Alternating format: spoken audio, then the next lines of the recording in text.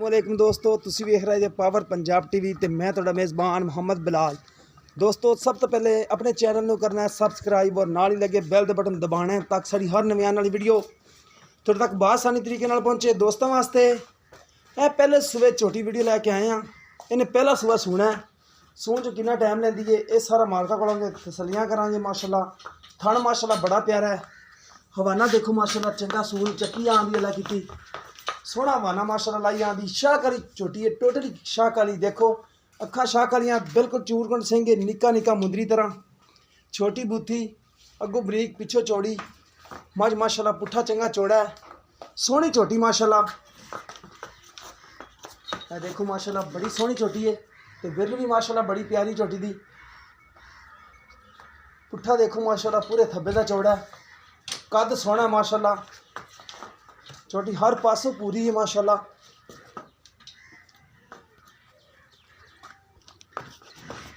विरली check करो माशाल्लाह, side वाली विरल भी बड़ी है।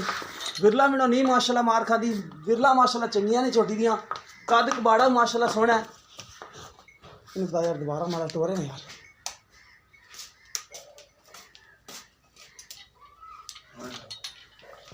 दुम देखने का तागे तरह बीक है तो हवाना माशाल्लाह बड़ा ही सोहना माशाल्लाह हवाना है तो लाई आँदी है। बाकी सून च टाइम लेंदी है माशाल्लाह। थान चंगा मोटा करेगी अल्लाह की, सोहना थान है माशाल्लाह।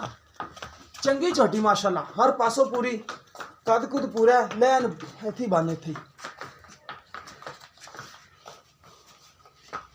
देखो माशाल्लाह। कैमरे तो डरदी छोटी माशाल्लाह सोहनी है। तुन्नी कोड़ी तो छोटी पा के बिल्कुल प्योर नीली का जानवर है, सोहनी माशाल्लाह है।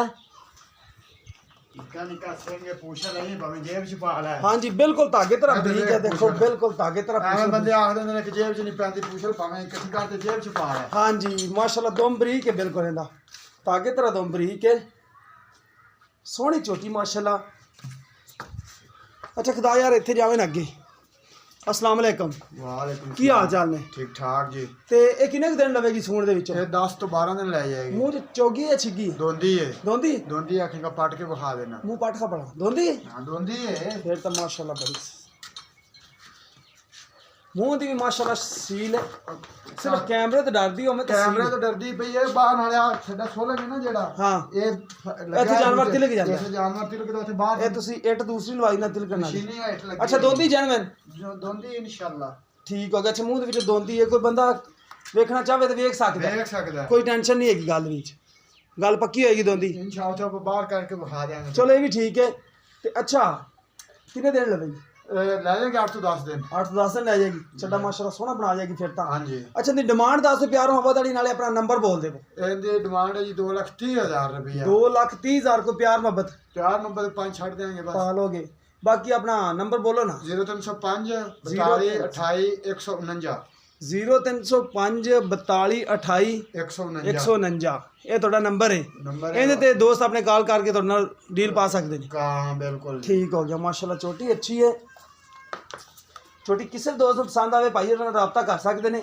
सोहनी माशाल्लाह छोटी है, हर पासों पूरी है, जानवर अच्छा दिखाया है। अगर वीडियो पसंद आवे तो शेयर तो लाइक जरूर करना है तो अपने कमेंट का भी इजहार करना है।